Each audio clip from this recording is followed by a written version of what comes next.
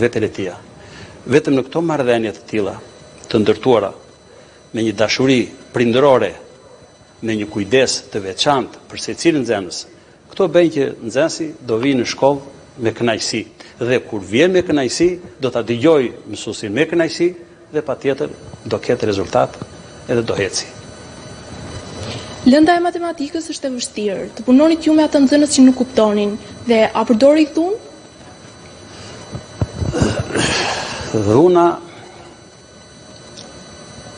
për të mësuar apo për nxënësin që ndofta nuk e kuptonte mësimin, në punën time ka qenë e përjashtuar. Nuk ka bërë vaki gjatë jetës time si mësues që të dhunoja një nxënës pse ai nuk e ka kuptuar mësimin.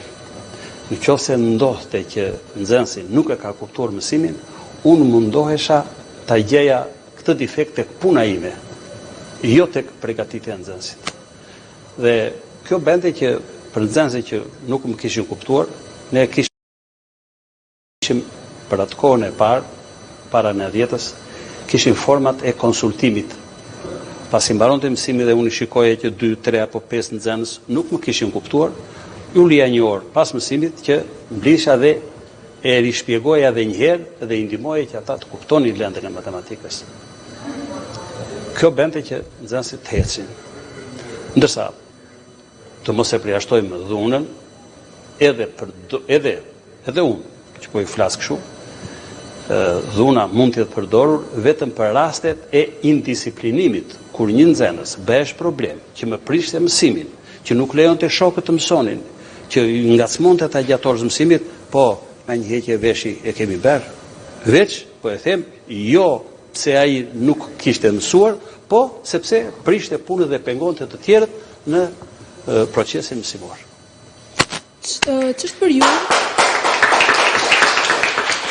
Ç'është për ju trinomi, shoqëria, shkolla dhe familja? Kyçi i suksesit të mbarvajtjes së shkollës është kjo lidhje, sepse që t'jesh mësuesi i suksesshëm apo që të kesh të nxjerrësh nxënës të suksesshëm, patjetër kërkohet ndihma e prindrit, familjes, kërkohet edhe ndihma apo mbështetja e shoqërisë. Vetëm me një harmonizim të mirë menduar, të ndihmës që do japi shoqëria, të ndihmës që do japi familja, e harmonizuar kjo dhe me punën e mësuesit, ky është kyçi i suksesit për të vajtur parë. Tani, ju e dini se keni qenë vetë edhe në klasën e parë. Klasa e parë është momenti kur shkon për herë të parë fëmia në shkollë, shkon me një tufë me lule. Ky është një moment i veçantë, ka emocione fëmia.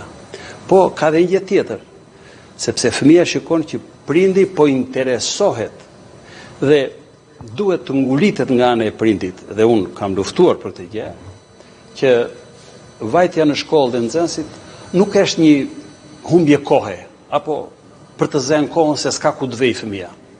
Duhet që prindi, fëmijës tia, t'ia bëj të qartë që vajtja në shkollë është një punë për fëmijën. Ashtu si që është punë që babi vete punon në arë, në fabrikë, në shkollë, në gjykat, në administrat. Ashtu është punë edhe fëmia që do vej në shkollë. Babi që punon atje merr të ardhurat monetare që mban familjen, ndërsa mësuesi, ai nxënësi, merr njohuritë që do ta përgatisin atë për jetën. Prandaj është domosdoshme që prindi duhet t'ia bëjë të qartë fëmijës që vajtja në shkollë është një punë, është një domosdoshmëri, sepse po zvajti në shkollë, po nuk dëgjoj mësuesin, po nuk lexoj, po nuk bëri detyrat, ai nuk është i gatshëm pastaj për të përballur me jetën. Ky është ndihma që do japi dhe që kërkohet nga mësuesi, duhet ta kërkojë nga prindi. Veç kësaja është edhe shoqëria. Patjetër, shoqëria ka një rëndësi shumë të madhe. Në këtë drejtim unë kam parasysh edhe kam një vërejtje për kohën e sotme.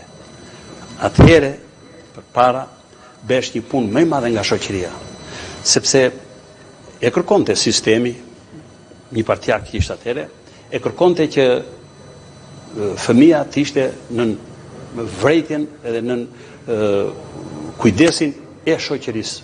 Atëherë kishte organizime të veçanta, kishte organizat pionieri, kishte fatosa njerë, pastaj pionierët, pastaj kishte organizat rinie, pastaj kishte bashkime profesionale që sot nuk ekzistojnë apo sindikatat, kishte edhe organizat gruas, kishte nëndërmarrje në punë, dhe kur kishte një problem fëmia ishte në të gjitha këto hallka që ndihmonin, që e vëzhgonin dhe që ndihmonin që fëmia nxënësi patjetër të ishte me rezultate shkollë. Kështu që duke qenë kjo lidhje e mësuesit me shoqërinë, kjo lidhje e mësuesit me familjen dhe ky interesim bënte që patjetër nxënësit të shkonte në shkollë. Në lidhje me këtë, unë kam edhe një tjetër moment për t'ju paraprit,